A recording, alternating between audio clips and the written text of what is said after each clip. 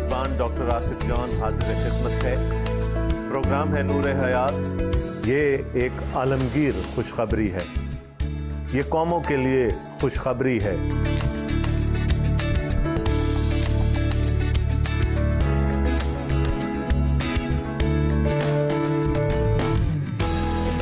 وہ شخص آنے والا ہے جو مجھ سے زوراور ہے، میں اس لائق نہیں کہ جھک کر اس کی جوتیوں کا تسمہ کھولوں۔ یہاں پر تو دو عالم کا بادشاہ دنیا میں آنے کو ہے، تو پھر کیسے ممکن تھا کہ اس کے آگے کوئی ہرکارا نہ آتا؟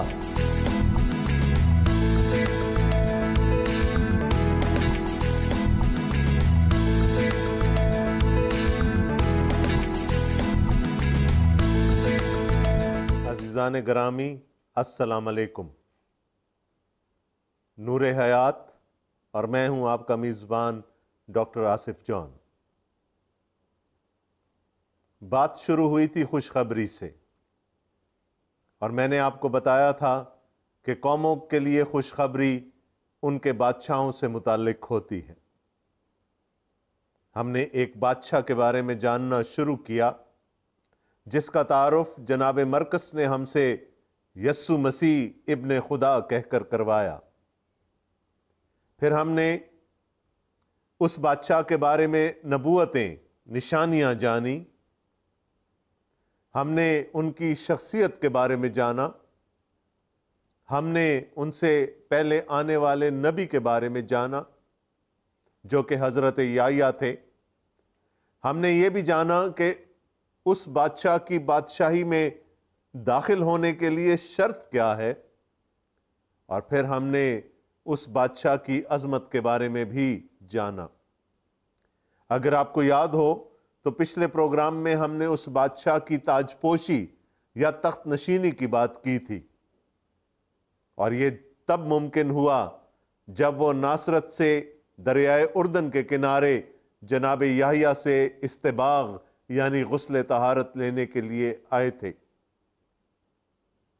اس وقت جب انہوں نے استباغ حاصل کیا، بپتسمہ لیا، تو دو نشان ظاہر ہوئے تھے، ایک بصری نشان تھا اور ایک صوتی۔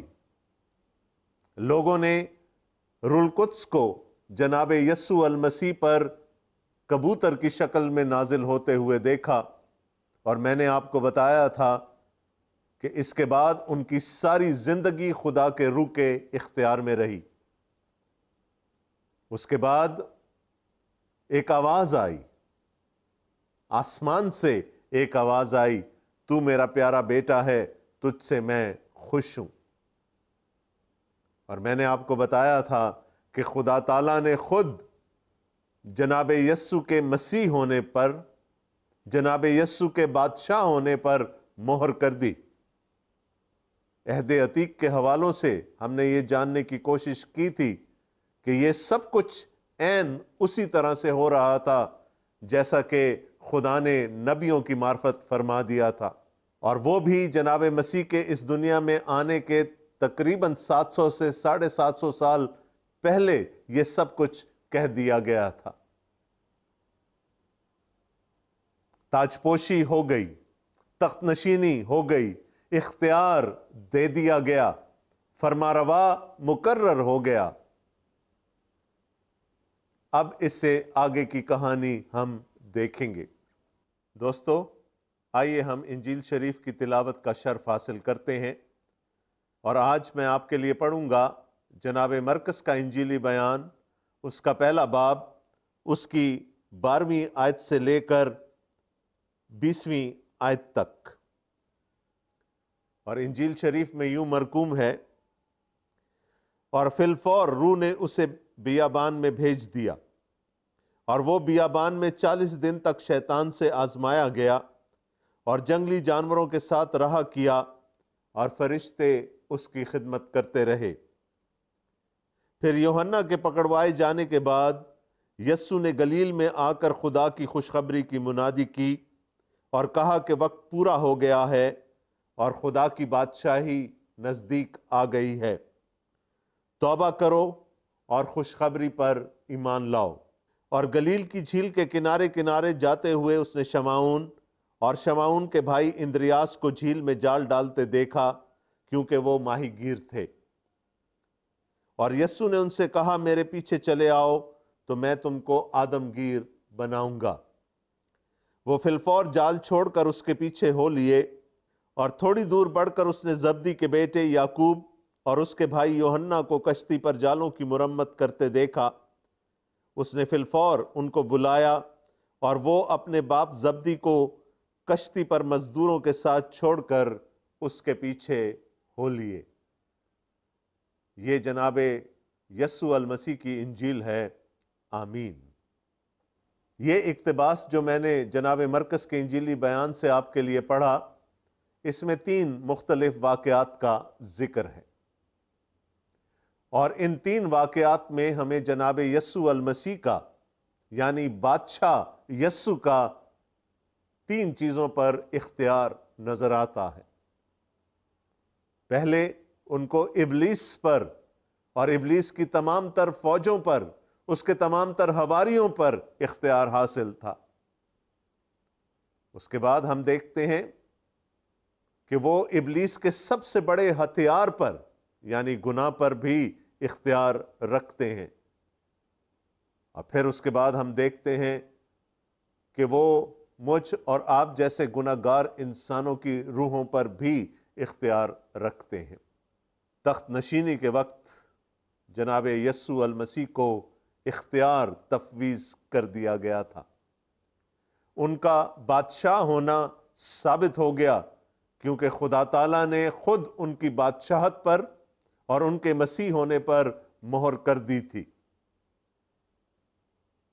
بادشاہ آزمائے جاتے ہیں، ان کا امتحان لیا جاتا ہے کہ وہ اس منصب کے لیے جس پر ان کو فائز کیا گیا ہے یعنی بادشاہی کے لیے تیار ہیں بھی کہ نہیں۔ جب قوموں پر اور بادشاہوں پر مصائب آتے ہیں تو تب ان کی خرد کا، ان کے فہم کا اور ان کی حکمت کا امتحان ہوتا ہے۔ یہاں پر ہم دیکھتے ہیں کہ لکھا ہے کہ روح یسوع کو بیابان میں لے گیا۔ وہی روح جو استباق کے وقت، بپتسمہ کے وقت ان پر نازل ہوا تھا، اور میں نے آپ سے کہا تھا کہ اس کے بعد کی ان کی ساری زندگی روح القدس کے اختیار میں تھی۔ وہی روح ان کو بیابان میں لے گیا تاکہ وہ ابلیس سے آزمائے جا سکیں۔ بائبل مقدس اور خصوصی طور پر انجیل شریف ابلیس کو اس دنیا کا سردار کہتی ہے۔ اس دنیا کا اختیار ابلیس کو دے دیا گیا تھا، اور یہ اختیار ابلیس کو اس وقت ملا جب جناب آدم نے اور بی بی حوا نے باغ عدن یعنی جنت میں گناہ کیا۔ جب انہوں نے خدا کی نافرمانی کی تو اختیار ان کے ہاتھ سے نکل کر ابلیس کے ہاتھ میں چلا گیا۔ وہ اس دنیا کا سردار ہے، وہ اس دنیا کا بادشاہ ہے، اور یہاں ایک نیا بادشاہ آ گیا جو سلطنت الہی کا جائز وارث ہے۔ ابلیس کو معلوم تھا کہ یسوع کون ہے، اور اس کو یہ بھی پتا تھا کہ اب اس کی سلطنت، اس کی بادشاہی، اس کا اختیار چند ہی دنوں کا مہمان ہے، کیونکہ اس اختیار کا اصل وارث آ چکا تھا۔ وہ بادشاہ اس دنیا میں تشریف لا چکا تھا اور اس کی تاج پوشی ہو چکی تھی، جس کو اس دنیا پر اپنا اختیار ثابت کرنا تھا۔ ابلیس نے شروع ہی سے اس بات کی کوشش کی کہ وہ اس اصل وارث پر، اس جائز وارث پر حاوی ہو سکے اور اپنا اختیار، اپنی بادشاہت بچا سکے۔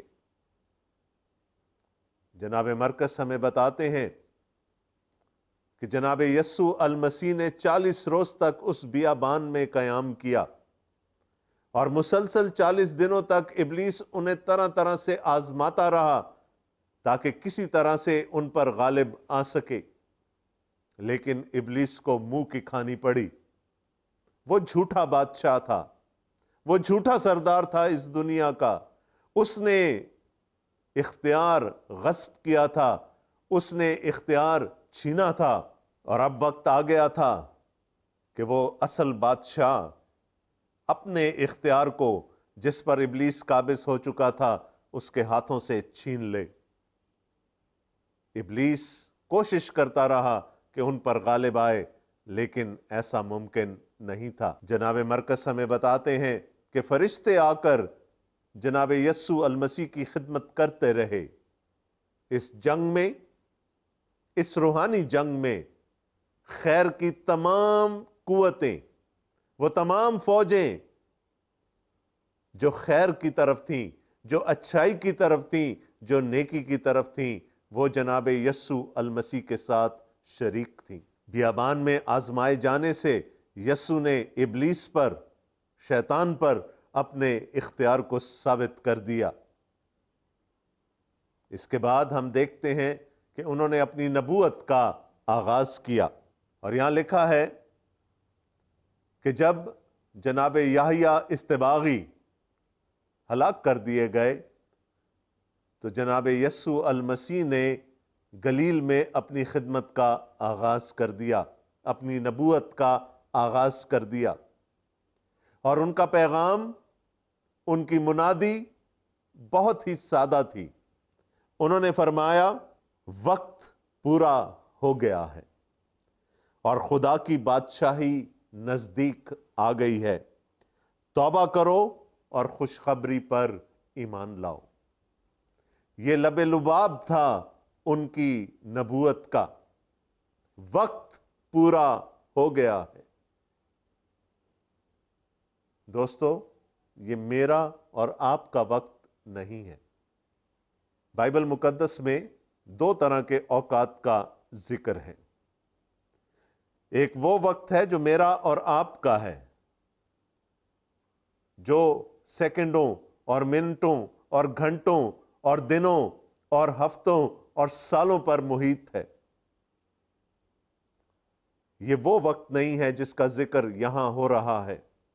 میں اور آپ تو زمان و مکان کی قید میں ہیں، میں اور آپ تو اس وقت کے غلام ہیں، اس وقت کے تابع ہیں، لیکن خدا تعالی جس نے اس وقت کو تخلیق کیا، جو خالق ہے اس وقت کا، وہ اس وقت کا تابع نہیں ہے، بلکہ کائنات میں واقع ہونے والا ہر واقعہ خدا تعالیٰ کے وقت کے مطابق ہوتا ہے۔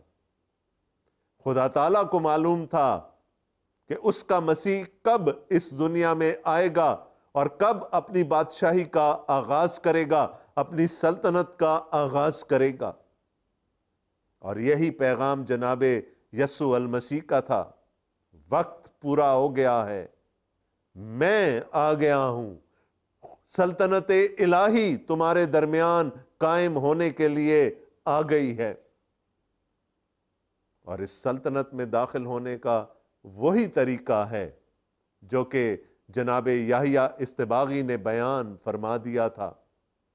انہوں نے بھی یہی کہا، توبہ کرو، اپنے گناہوں سے توبہ کرو۔ جناب یسوع المسیح بھی یہی فرما رہے ہیں، توبہ کرو اور خدا کی بھیجی ہوئی خوشخبری پر، خدا کے بھیجے ہوئے بادشاہ پر، خدا کے بھیجے ہوئے مسیح پر ایمان لے آؤ، تو تم بھی سلطنت الہی میں داخل ہو جاؤ گے۔ عزیزو، ابلیس کا سب سے بڑا ہتھیار گناہ ہے۔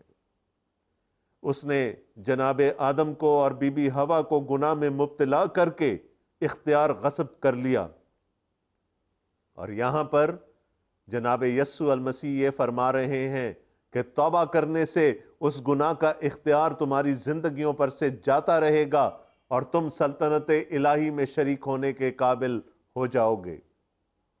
ایسا کہنے سے، اپنی نبوت کا آغاز کرنے سے، انہوں نے گناہ پر بھی اپنے اختیار کو ثابت کر دیا۔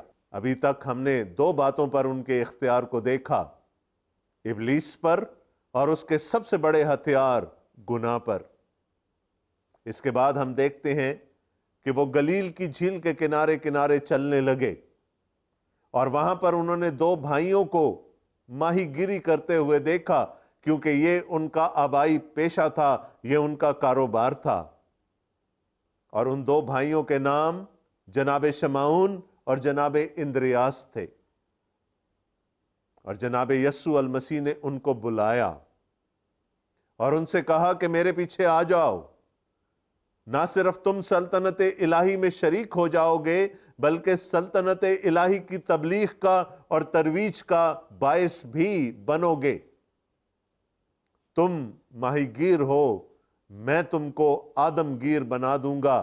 تم سلطنت الہی میں لوگوں کو گھیر کر لے کر آؤ گے اور انہیں اس قابل بناؤ گے کہ وہ اس بادشاہی میں شریک ہو سکیں۔ ماہی گیر، آدم گیر۔ اور جیسا میں نے پہلے کہا کہ وہ دونوں انکار نہ کر پائے، اپنا کاروبار چھوڑ کر، اپنا روزگار چھوڑ کر وہ جناب یسوع المسیح کے پیچھے ہو لیے۔ ایسا کیسے ممکن تھا کہ ایک بلاہٹ ہو، ایک آواز ہو، اور لوگ اپنا سب کچھ چھوڑ کر اس شخصیت کے پیچھے کھچے چلے جائیں؟ جواب ایک ہی ہے، اختیار۔ اس کے بعد ہم دیکھتے ہیں کہ جناب یسوع المسیح نے دو اور بھائیوں کو اپنے پیچھے چلنے کے لیے کہا، اور یہ جناب زبدی کے بیٹے جناب یعقوب اور ان کے بھائی جناب یحییٰ تھے۔ یہ بھی ماہی گیر تھے، کیونکہ گلیل کی جھیل کے کنارے آباد گاؤں اور قصبوں میں جو سب سے بڑا روزگار تھا وہ ماہی گیری تھا۔ اور یہاں پر بھی ہم دیکھتے ہیں کہ جناب زبدی کا اپنا ماہی گیری کا کاروبار تھا، کیونکہ ان کی کشتیوں کا ذکر ہم نے پڑھا اور ان کے مزدوروں کا ذکر ہم نے پڑھا۔ یہ دونوں بھائی اپنے باپ اور اپنے مزدوروں کے ساتھ مل کر ماہی گیری کر رہے تھے۔ اتنے میں ان کے کانوں میں ایک آواز پڑی، میرے پیچھے ہو لو۔ اور وہ بھی سب کچھ چھوڑ کر اپنے باپ کو، اپنے مزدوروں کو، اپنی کشتیوں کو، اپنے جالوں کو اور ان مچھلیوں کو جنہیں اس دن انہوں نے پکڑا تھا چھوڑ کر جناب یسوع المسیح کے پیچھے چل پڑے۔ کوئی ہیل و حجت نہیں کی انہوں نے، کوئی بہانہ نہیں بنایا۔ آواز آئی اور انہوں نے لبیک کہہ دیا۔ کیوں؟ اور جواب وہی ہے، اختیار۔ انہوں نے بھی اپنا روزگار چھوڑ دیا، اپنا گھر بار چھوڑ دیا، اپنا کاروبار چھوڑ دیا، اور وہ جناب یسوع المسیح کے پیچھے ہو لیے۔ وعدہ کیا تھا؟ تم ماہی گیر ہو، میں تمہیں آدم گیر بنا دوں گا۔ جناب شمعون، جناب اندریاس، جناب یعقوب اور جناب یحییٰ، دوستو، یہ میری اور آپ کی طرح عام انسان تھے، یہ میری اور آپ کی طرح گناہگار انسان تھے۔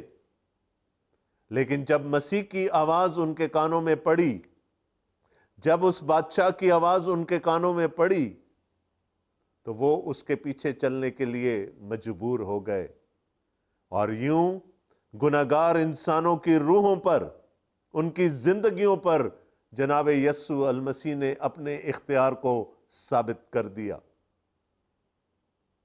بادشاہ بغیر اختیار کے کچھ بھی نہیں۔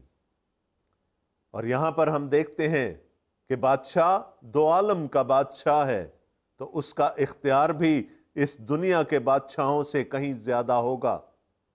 اس دنیا کا کوئی بادشاہ، کوئی انسان ابلیس پر اختیار نہیں رکھ سکتا۔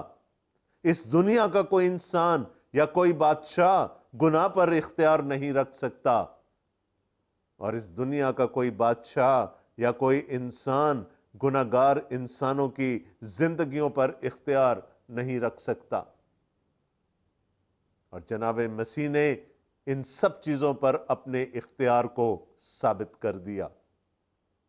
ابلیس گناہ اور گناہگار انسان کی زندگی۔ دوستو، یہ ہے اس بادشاہ کی کہانی، یہ ہے یسوع مسیح ابن خدا کی کہانی، یہ ہے اس کے اختیار کی کہانی۔ اور ابھی تو ہم نے اس کے اختیار کو شروع ہوتے ہوئے دیکھا ہے، ابھی تو ہم اس اختیار کو اور بہت ساری چیزوں کو اپنے دائرے میں لیتے ہوئے دیکھیں گے، کیونکہ بادشاہ الہی ہے، اس کا اختیار بھی الہی ہی ہوگا۔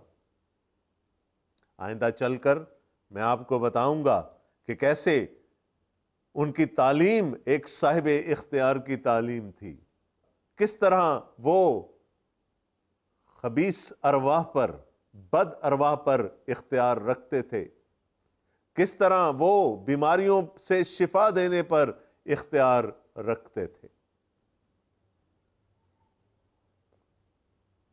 اختیار کا یہ سلسلہ اب آگے ہی بڑھتا چلا جائے گا، لیکن اس کے لیے آپ کو آئندہ پروگراموں کا انتظار کرنا پڑے گا۔ ہماری وہی درخواست ہے آپ سے کہ ہم سے ضرور رابطہ کیجئے گا۔ ہمیں آپ کے فون کالز کا، آپ کی ای میلز کا، آپ کے رابطے کا انتظار رہتا ہے۔ اس پروگرام کے بعد بھی ہماری کانٹیکٹ ڈیٹیلز آپ کی اسکرین پر نمودار ہوں گی۔ ہمارے فون نمبرز، ہمارا ای میل ایڈریس، ہمارا اسکائپ ایڈریس اور ہمارا فیس بک ایڈریس سب آپ کی اسکرین پر آئے گا۔ آپ جس بھی ذریعے سے چاہیں ہم سے رابطہ کر سکتے ہیں۔ ہمارے پروگرام پر آپ کی تنقید ہمیں اسے مزید بہتر بنانے میں مدد دے گی۔ اگر آپ کے ذہن میں اس پروگرام کو دیکھ کے کوئی سوال ابھرا ہو تو وہ سوال آپ ہم تک پہنچا سکتے ہیں، اور اگر آپ کے دل میں انجیل شریف کے مطالعے کا شوق ابھرا ہو تو تب بھی ہمیں لکھ بھیجیے گا۔ ہم کوشش کریں گے کہ انجیل شریف کا نسخہ آپ تک پہنچ پائے۔ آخر میں میری وہی دعا ہے کہ خدا ہم سب کو، مجھے اور آپ کو اپنے حفظ و امان میں رکھے، ہمیں اپنے فضل کے سایہ میں چھپائے رکھے، اور اپنے اس زندہ، مؤثر، سچے اور سچے کلام کی تنویر سے ہمارے ذہنوں کو، ہمارے دلوں کو جگمگاتا رہے، تاکہ نہ صرف ہم اس سے فیض پائیں بلکہ ہم دوسروں کے ساتھ بھی اس فیض کو بانٹ سکیں۔ آمین۔ اگلے پروگرام تک کے لیے خدا حافظ۔